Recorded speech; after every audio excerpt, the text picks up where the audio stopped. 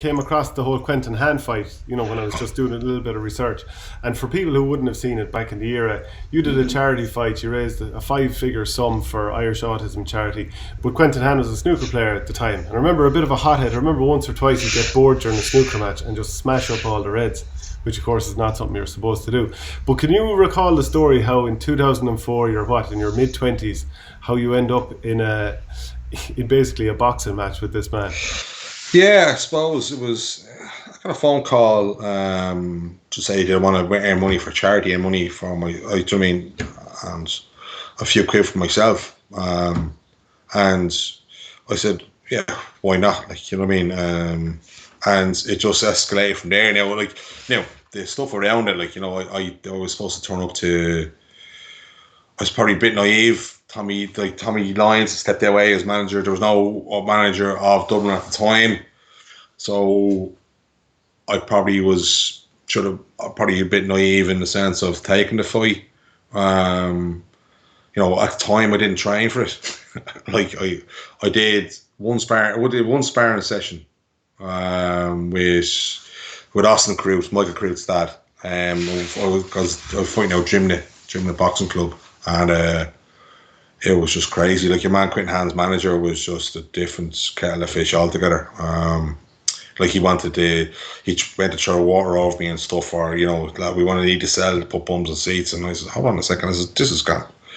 And I had signed up to it then, and I had agreed to it, and I couldn't back out of it. If I backed out of it, then it was like, I was going to be the windy GA player, and like that would follow me around for the rest of my GA career, and I was there. It was in a rock and a hard place, and but I suppose the side stories to all that leading up to that, I was supposed to go into it this morning. It was a TV3 morning in Ireland, wherever it was at the time, and after the stunt each other pull with the water and everything else, I said, I'm not going in there, and he swear he is. No, I'm grand, thanks. And I said, the different phone calls I got about, what was I throwing the fight, the difference.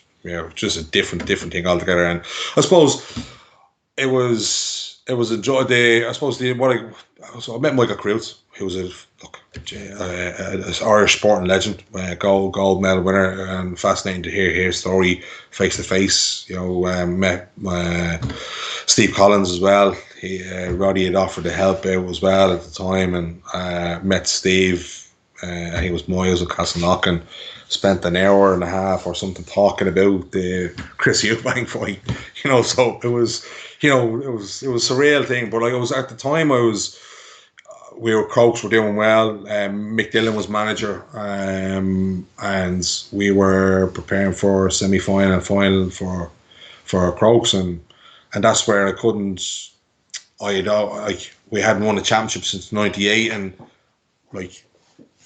probably more naive, probably stupid, more to be honest with you, but that I didn't do anything, where your man had been over the previous 6 weeks and trained, and he had fought before, he trained before, whereas I was only ever did a bit of kickboxing when I was in my early teens, and I suppose hindsight, probably, would I do it again? Probably not, but or else if it was to do again, it would be a bit more training. But it was a surreal thing. It was just the different things that were going on around that, but my sole focus was Kilmacud, because we won the championship that year, and that was my main goal. And the thing was, we played a match, or is it a championship match or a league match or something, and I broke my nose 2 weeks out from the fight or something, and sure the first time he smacked me, you couldn't miss my nose the size of it anyway, so he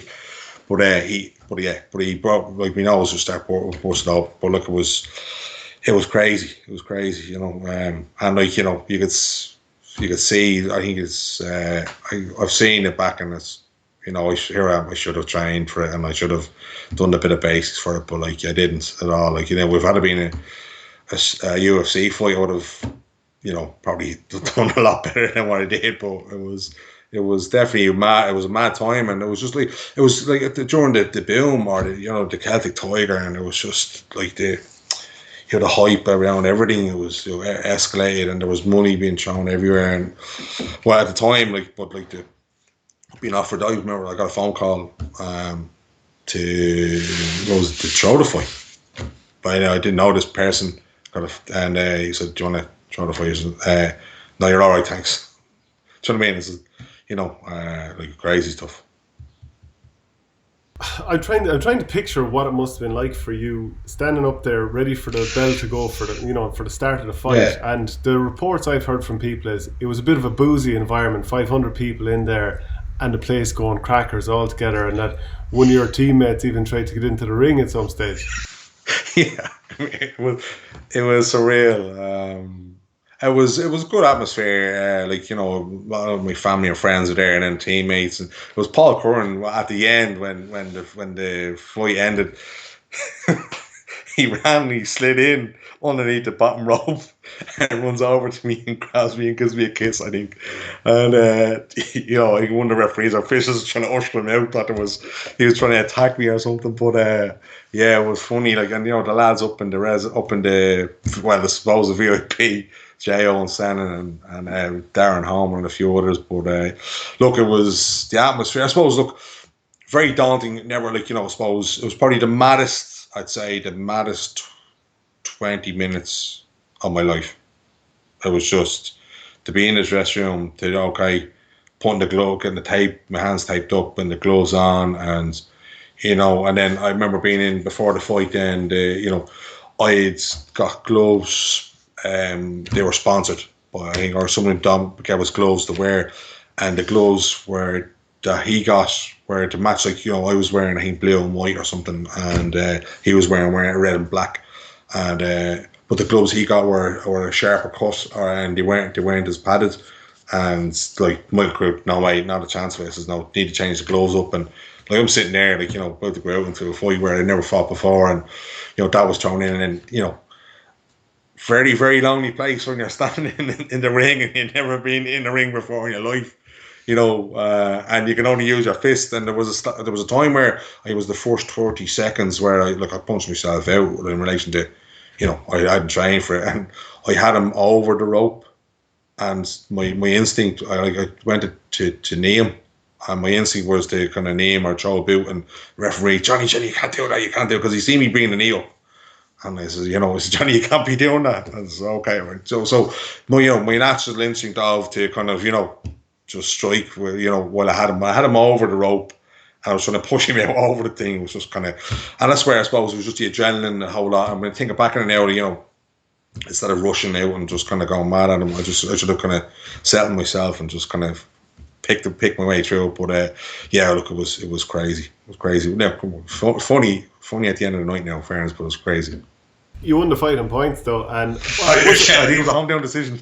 Yeah, it might have been. But for you, was it important to, the reason that you were windmilling towards the end and making sure to get in as many hits and make enough of an impact to get the decision, was any of that down to you couldn't face the slagging afterwards, that you had to give everything?